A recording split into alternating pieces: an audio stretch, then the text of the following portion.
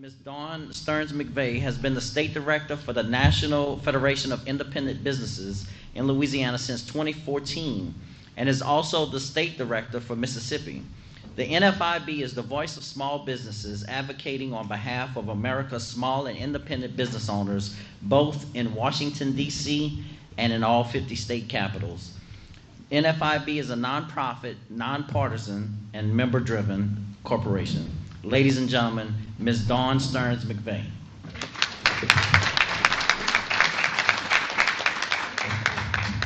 I'm not good with holding microphones. There you go. It'll be a wreck. Thank you. Thank you all so much. And thank you to Beth for reaching out to invite me here and for the recommendation, Laura, to speak and everything. I really am glad to be here today and enjoy getting out around the state. It's when Beth first emailed me, I said, well, it's the last 2 weeks of session, so I'm not sure I'll be able to do it, but I think I can because I managed to kill all the bad stuff early on. And luckily we have a big budget right now and good things happening and a very pro-small business legislature. So I was able to sneak away from Baton Rouge. So it's great to be down here. I want to, again, thank you all for the time and really just kind of wanted to give you a little bit of background on what we do, kind of where we come from, and also take a moment to just recognize a few of our members that have been, you know, when you talk about being a small, big business, you know, a small dry cleaner, I mean, this is the bread and butter of what we do, and this is why we're here. You know, NFIB has been around for 75 plus years, and the best thing I love about it is that it is a member-driven organization. We go out to our members and say, what is your position on this issue? Tell us what's happening on the ground.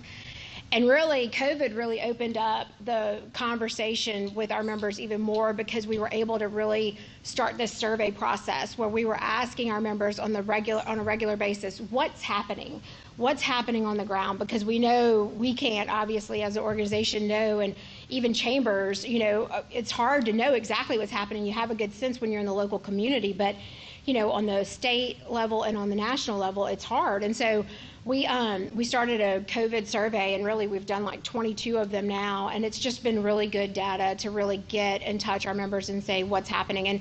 And really what I love about it is that it's consistent. You know, it doesn't matter where you are, what area of the country, to the point we are a nonpartisan organization because small business owners see the world a certain way, right? And so we it just happens to be that how people feel in Louisiana are generally how people feel in Idaho. You know, and even though the cultures are different, the consistency is very similar. And so I love that we have members that have been around for 40 plus years. One of our members here in the area is Power Panels Incorporated, been a member for 41 years. I think they've been open for 42. So we strive to be there for our members and to be a voice, because the thing that gets lost at the Capitol, although you have great local legislators, local, you know, representation here, and you have great legislators. I can't say enough about Brett Alain, Vinnie St. Blanc, and Beryl Amity. You're going to get an earful from them, I guess, next month whenever you hear from them. But the leadership that Senator Alain has shown and his commitment to small business is just, you know, really beyond comparison at this point. He is, we've recognized him as a guardian of small business. He and I like to trade jabs from time to time when he doesn't do exactly what I want him to do. But but no, he's wonderful, and we're lucky, and you all are lucky to have him there, and the state's lucky to have him. The changes that have been made at the tax level, tax policy level, have been so driven by him and his vision to improve our state, and so having that is important. One of his big things that he's focused on and has been a part of is pushing for the centralized sales tax collection. I know many of you have probably heard about that at the local level. You may or may not support it, so I don't want to get into get crossways with your local folks here. But we support it because it's important to move our state into the 21st century. And what we try to do as an organization is look at what's happening in the world around us, in the other states, what's trending policy-wise, and say what is happening in Louisiana and where can we be impactful, what can we try to push or do that'll improve things for small business. It doesn't need to be said again, but although I guess it probably does until it's over, but the inflation, supply chain, gas prices, all of those things are really impeding the ability to recover a small, big business like y'all's is in a different position than your everyday small dry cleaner, which if you had a delivery service, you'd be paying significantly more, right, for your delivery service right now. And it might be the difference between you staying open and closing. So we have the whole gamut as far as our membership. We represent everybody from the small little guy to the big small guy. And whenever it comes to things like that, that's why we look at policies that really ultimately, although if you're not a retailer and you don't collect sales tax, you may not care about centralized sales tax collection, you should, because it really does affect the overall state fisc. It affects our ability to collect all the sales taxes that are due and collect all the money that's due locally as well as at the state level. And then, of course, local collections and state collections result in, the services that need to be provided from roads to education. So it's an important issue, and that's one of the ones that we have really hung our hat on for the past several years, and we hope to, it'll certainly pass the legislature, we believe, get out of the Senate and go back to the voters this fall. And so if you have questions about it or want more information or want to hear all the sides to it, please reach out and let us know. It's an important issue. It barely failed the ballot last year, and so we hope that it'll pass this year. That's been one of our big issues at the state level. One of the other things that every employer in here should be thankful for is the ability for the legislature to have the independence they have from the governor. That's been important throughout this process, but luckily we did have the governor's support on a big issue, which was putting $500 million into the unemployment trust fund. Whenever COVID happened, the government said everybody's got to stop. Everybody went on unemployment, and it dropped our unemployment trust fund from billions of dollars to negative. And that was detrimental both to the state, to employers, to employees who would need it ultimately. And so when we see all this federal money start to come down from the federal government, it makes sense to say, look, let's pull that, put it to something that benefits everybody, and put those dollars back there. And so we were able to secure about $300 million last year, I think was the final number. Might have been $400 million, but they played with the money at the end, but we got a big chunk put into the trust fund at that point with the commitment to put the $500 million in this year. And that is going to be the difference for both people who ultimately need it, so that the fund is at a level where if you are on unemployment and you need it, you'll have money there. And then for the employer side of it, they won't be paying higher taxes. So that there's a trigger mechanism in our current laws that says if it drops below $750 million, taxes go up. And so that's one of the things that we knew employers just couldn't bear at this point. And so that is a big win for really everybody, for all employers, for all workers, really. So we were excited to see that happen. The budget went to, I say it's kind of done, the budget went to the governor last week, earlier than ever before in like the history of mankind. I've been at the Capitol for almost 25 years. I worked for Governor Foster and one of your own from this area who I adored. But we never do this early. We never get the budget there, and having the extra money and having the working together relationship that the House and Senate have has really put them in that position.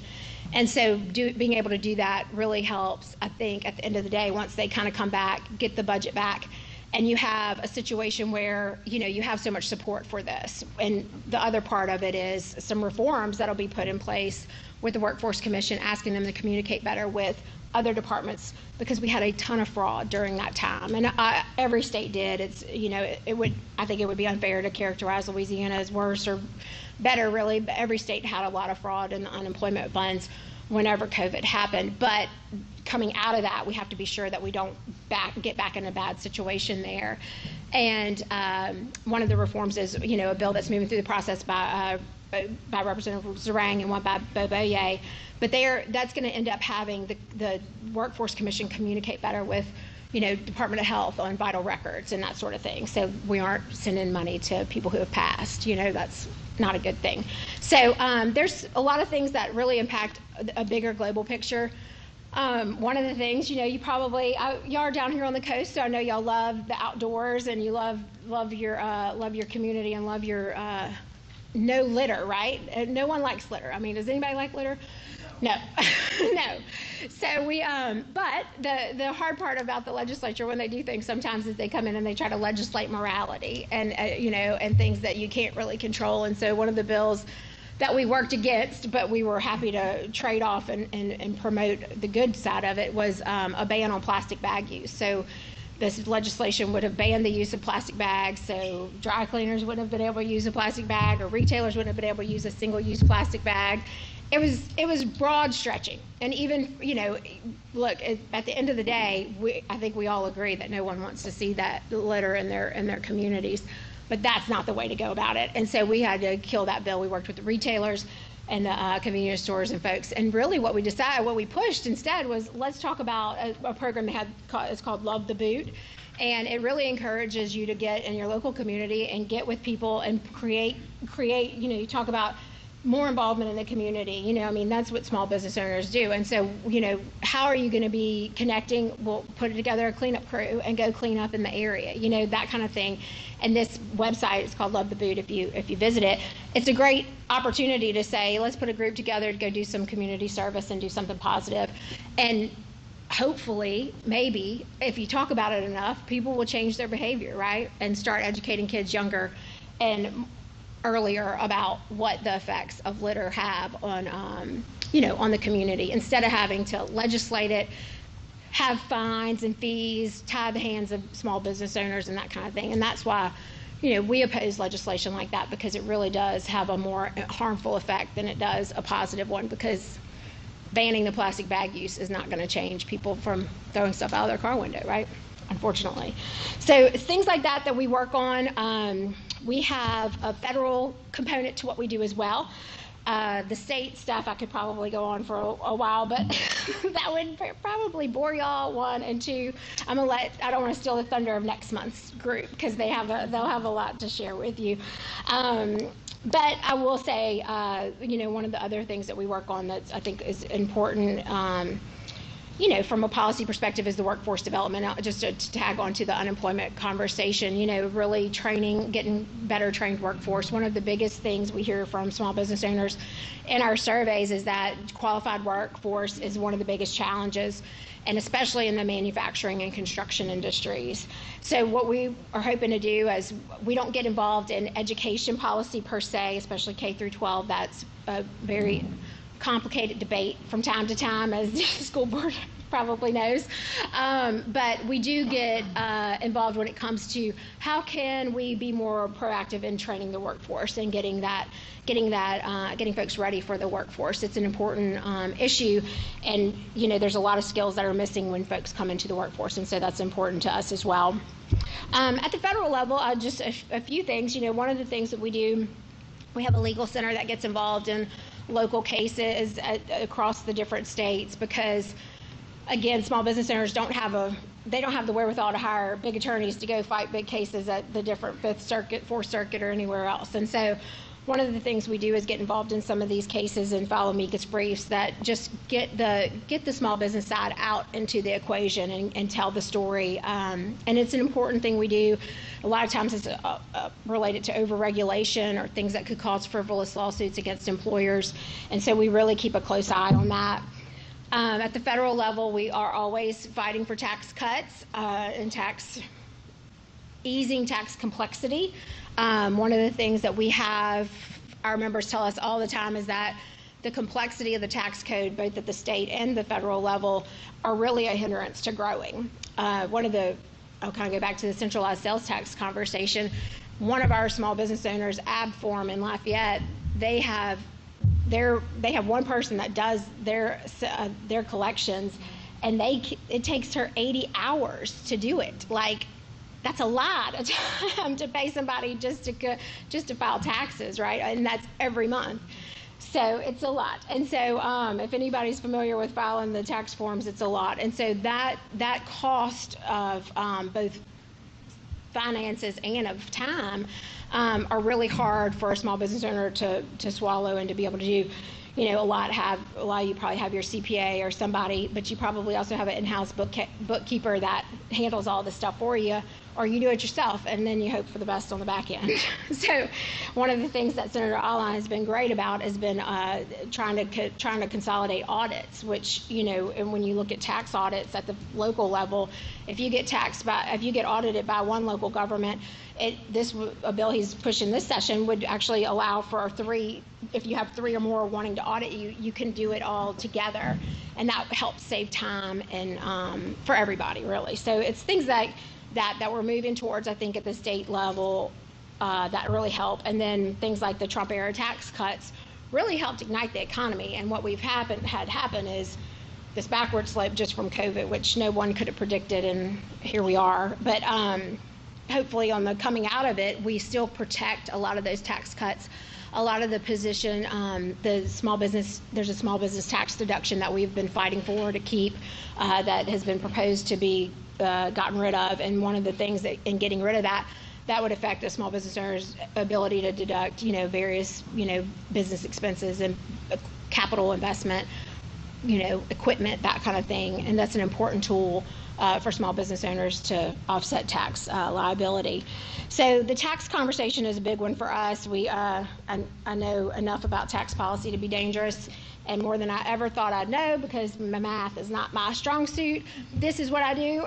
So it's kind of funny whenever you try to get in the weeds on tax policy. It's both boring and scary at the same time, I think. But anyway, we've got good people at the state level working on the issues. At the federal level, I want to say we've got a great delegation. Our regardless of how you feel about any of their personalities or anything else, they are all there working very hard for small business in DC. And I think that we're lucky to have our 2 senators and all of it, and even Congressman Carter, Troy Carter, does not vote with us ever, but he has the conversation. He'll sit and listen, and that's part of it. That's part of this, where I think you see so much happening in the world around us as it relates to division. It is nice that we have elected officials who represent us at that level, who are willing to have the conversation and not just shut down or not even entertain it. So we really are very lucky. We'll be up in DC for our in 2 weeks. So I'll be up in DC seeing some of our congressional members and senators, and just excited to go see them and be with them and kind of share the good word of what we're working on. I wanted to share, I know probably getting close on time, a couple of things. Our website is nfib.com. I encourage you to go there, even if you're not a member. You don't have to be a member, and this is not a sales pitch, but we have a lot of resources there. And really what happened, COVID kind of helped us understand our membership more and understand what our mission and vision was. And really, we are an advocacy organization. We're not an event organization. We're not anything else. We are all about advocacy and action. And there we were able to pull together so much information, especially after the PPP loans. We were very involved in the passage of those, and then all the things as far as compiling resources and SBA resources that are available. LED has a ton of resources that are available as well, Louisiana Economic Development, for small business owners. And we just encourage people to go and just get the information. And so that's why we had, with our webinars that we were having, we were maxing out on capacity early on in the pandemic. And now since that's kind of waned, but one of my things that, again, and I won't get into the details of it because I'll probably mess it up, but it's the earned income tax credit. If you're a small business owner and you don't know about it and you're not using it, I encourage you to take a look at it. Our website has a ton of information on it, and I'm sure there's other information out there, but it's a great tool, part of the package, of the recovery package that was passed. Again, things like that, small business owners just kind of are like, oh gosh, they glaze over because it's too many pieces of paper and too much information. But really what's there is some resources that really are helpful to small business owners. And then I encourage you to stay involved in the election process. I know we don't have too much happening this fall, thankfully. I also manage Texas, Arkansas, Oklahoma, and Kansas. on top of my 2 states, and so they all have elections. So it's kind of interesting. I'm very glad we don't have anything here this fall, considering they do. But it's interesting to see kind of what is happening in the election process. It's important to be engaged and involved.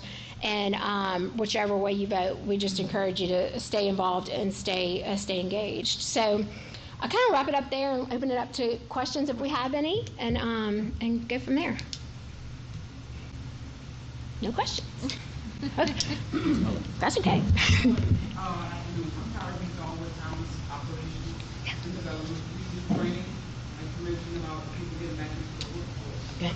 We are ready to tell a lot of students, young adults, that were denied unemployment, jobs were lost due to COVID. And now we are having trouble with them trying to get funding to get retrained, basically on the state and federal level. What is it that you can help us with to, give them information about that? Yeah, well, there's a bill moving through the process right now to reauthorize the Incumbent Worker Training Program, which is an important tool through the LWC, through the Workforce Commission. I'd say to look into that, as well as, see what kind of comes out of this session. Again, I think there's going to be some opportunities that are being looked at for workforce development, partnering with education, community, and the biggest thing is going to be that making that connection, and that's kind of where the LWC really is they're supposed to be there in the different communities across the state to kind of help bring people together. So I'll be happy to connect you with the person locally with the LWC in this area. I forget what region y'all probably fall in. I guess it's Acadiana Workforce. Acadiana Work. Okay, so yeah, I think that would probably be the best person to connect with, so that you can figure out what new programs or opportunities they have to kind of address what you're saying. Yep. Mm-hmm. Can you give us the website again? NFIB.com.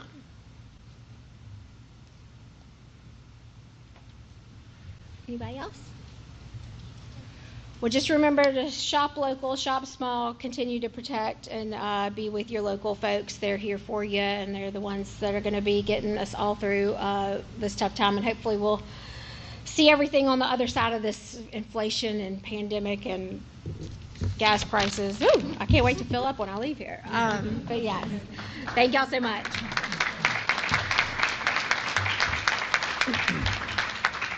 Thank you so much, Dawn. Right now, before we conclude, I'd like to invite our president, Ms. Beth Chasson, to provide additional updates to the community. Hello. I do want to touch on, too, with Acadiana Workforce, I do know they have 2 programs that they're currently running. One is for students, and then there's one that is for on-the-job training. So definitely reach out to them, and they'll be able to help you. I believe they have an office at SLCC, and there's one in Franklin as well. I'm just going to kind of go over what our June calendar is going to look like. We'll be posting it across our social media pages this afternoon. If you ever have anything to add to the calendar, send it our way. We'll add it to the calendar. I usually try to post them before the first week of the month. It just depends kind of how things come in. So our deadline for sponsors to be included in print advertising for the annual Education Appreciation Steak Dinner is June 2nd. We, of course, will still take sponsors after that time, but to be included on the print advertising, that is the deadline. The sponsorships are $300, and all proceeds go towards the event itself and our Charlie Rose Scholarship Fund. And we're still taking donations for the auction as well. If you'd like more information, just contact our office. June 4th is Bayou Domain in downtown Franklin. June 6th, there will be a town hall meeting on gun violence, and that's local gun violence, at the Patterson Community Center at 6 p.m. So it is open to the public. Anyone can attend. June 10th is Morgan City Open Golf Tournament at Atchafalaya Golf Course. June 11th is the Open Fishing Rodeo, as well as Sweet Tangerine's Fashion Show and Anniversary at the Old Building, which tickets are on sale for that now, and a Nicholas Bollner Golf Tournament at St. Mary Golf Course. Your deadline to RSVP for the Education Banquet, which would be for the meal itself to attend, is June 16th. Also on June 16th, we have a kickoff, which will be a business after hours, our first one returning since COVID. It'll be a kickoff to the Soul Food Festival at the Tesh Theater in Franklin. And admission for that is $1 plus your business card. The festival itself will take place on the 17th and 18th in Franklin. Morgan City will be hosting a Juneteenth historic bike ride on June 18th. For more information on that, you can contact Ms. Danica Foley Long. Also on the 18th is Berwick Town Market and Berwick High School Golf Tournament at St. Mary Golf Course. June 19th is Father's Day, so don't forget to get those important men in your life something. The banquet, the education banquet, takes place on June 23rd at Patterson Civic Center from 6 to 9. There's a silent auction, a live auction, a steak dinner prepared by the Smokehouse, who is also Mr. Bill Gossel. We'll honor our 2022 scholarship recipients, the Teacher of the Year, and again, all of the proceeds go towards covering the event and back into our scholarship fund to be able to give scholarships in the future. And I'll reiterate that the next luncheon is our legislative wrap-up, and it'll be taking place here at the Petroleum Club with Senator Eiland, Representatives Amity, and St. Blanc. That is it.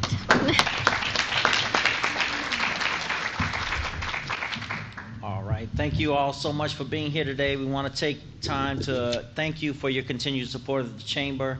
We look forward to seeing you at the next Chamber Luncheon on June 29th at the Petroleum Club here in Morgan City. We look forward to joining us for networking and meeting new people.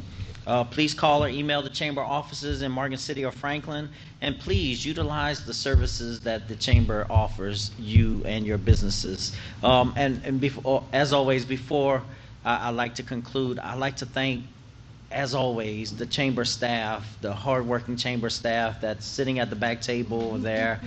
We couldn't do what we do without them and for you and your businesses. So please just give them a big round of applause because they work hard on a daily basis. Again, we want to thank our sponsors, Franklin Foundation Hospital, our elite sponsor, and Intermore Incorporated, our sponsor for today's event, and because we couldn't do it without you all. So, and again, thank you, Ms. Dawn, for coming through and giving us that word, and we appreciate that for looking out for the small businesses, and thank you for reminding people to shop local, because that's where it's at, everybody. Shopping local, eating local, fueling local, playing local, keeping those tax dollars right here in St. Mary Parish before we decide to travel. And even if you decide to travel, fuel. So we're going to make sure on Dawn fuels before she leaves St. Mary Parish. Yes, so, all right. So thank you all, and have a good day. Thank you.